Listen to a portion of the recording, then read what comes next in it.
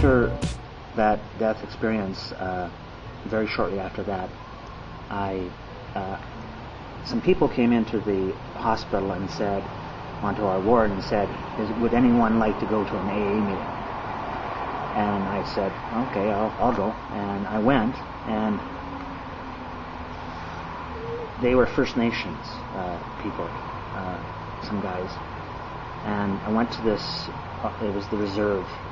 The hospital was up in central Alberta, and the reserve was Filhobina Reserve. And I went to their detox meeting there on the reserve. And all I remember from that meeting was this old timer, this old elder, native elder. And I remember him sitting there talking just like native elders. They talk so slowly and carefully. And he says, there's someone in this room here today that's looking for love. It freaked me out at first because I'm like, how do you know? You know, kind of thing. My terminal uniqueness kind of feeling. But, and he said, if you're looking for love, you've come to the right place, because let us love you until you can love yourself. I got into AA, and AA was, first 2 or 3 years was absolutely incredible. I went to lots of meetings, I had lots of friends, I had family, I had my sponsor, who I still have today. On the second day I was in Vancouver, I moved into a basement room, my sponsor's house, and with 2 or 3 other sobering up young people. And we just had a blast. I just felt renewed hope. And from that time period, I developed a sense of hope that's only grown, a sense of gratitude for the fact that I'm alive and sober today. But I started reading, and I just devoured books, and then eventually got into counseling, because at 6 years sober, it was starting to all catch up on me again. The demons were still there.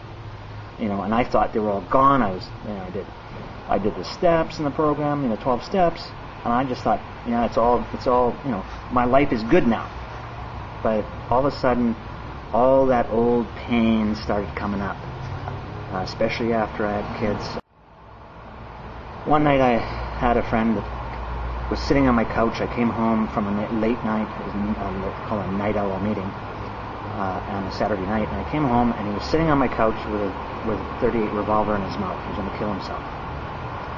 And I talked him out of it, and I got him into the hospital. I looked at that gun for myself.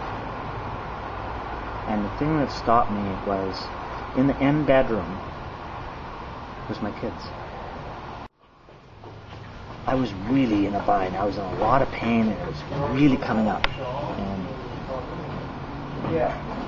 I remember popping this cassette tape in that someone had given me one time. And it was this tape about recovery, and about this guy who said he was 17 years clean and sober, and he felt like killing himself. So he went to therapy. That's all I heard from it. So I couldn't wait till morning to find therapy, whatever that meant. And there happened to be this 60-year-old woman who was absolutely sent to me by the gods, because she was a granny, long granny dress and granny shoes and stuff like that. And here I was, she was sitting there like this with her hands crossed, and she changed my life. I did a lot of therapy, I did a lot of going to meetings, reading. So many books. I think the last count was 500 plus books. Anyways, and I became very good at it. I went back to school, I did a lot of things like that.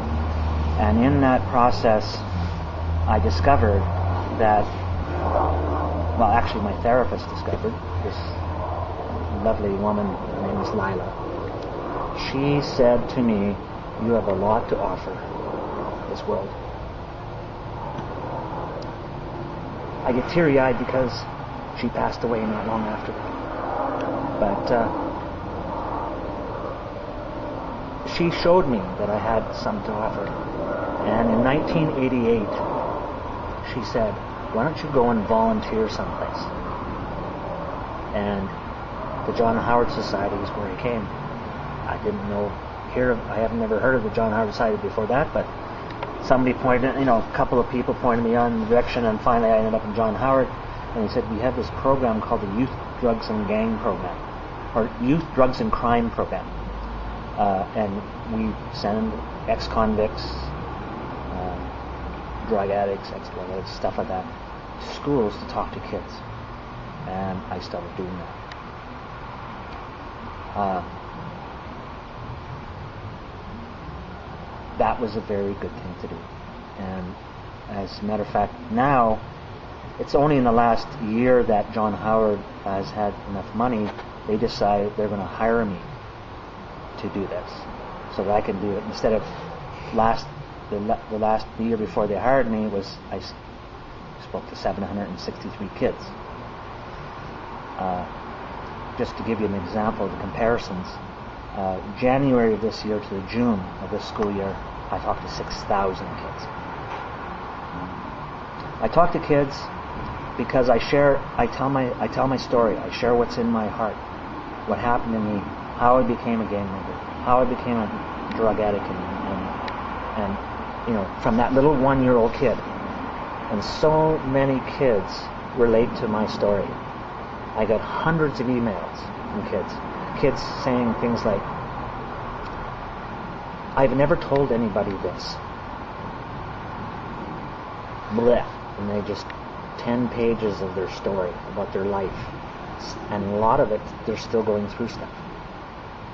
And just to have a voice, what would have been like for me to have a voice? What if someone that does what I do came into my school when I was 10 or 11, which is my preferred group, because they're young enough to understand the complexity of my story, but old enough that they haven't become entrenched in the hate and the up yours type attitude when they get into teens. When they get old enough to just tell their parents to go to hell, they don't need their parents anymore, they just run away. Well,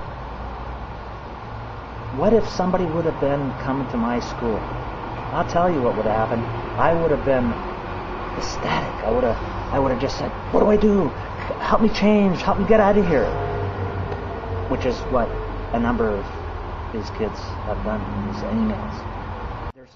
There's not that many people doing it. Not that many people survive. I mean, really survive. I mean, survive and then start thriving. I mean, there's one thing to survive. I can survive anywhere. But to thrive and have some love in my life, and I do have love in my life. Amazingly, I have a wife for 11 years. I mean, to me, that's like simply a miracle. We've had our ups and downs, yes, in the beginning especially, but in the last 4 or 5 years, things have been pretty smooth. I'm lucky to be alive and sober. There's nothing that comes in the way of that. Each morning when I look at my collage on my bedroom wall, when I sit up on the bed, I look at all the things I have to be grateful for. My families, my food, I'm a health food nut, I work out in the gym, and my ability to talk and convey a story, gift of the gab, if you will. And I have that, and I'm going to share it.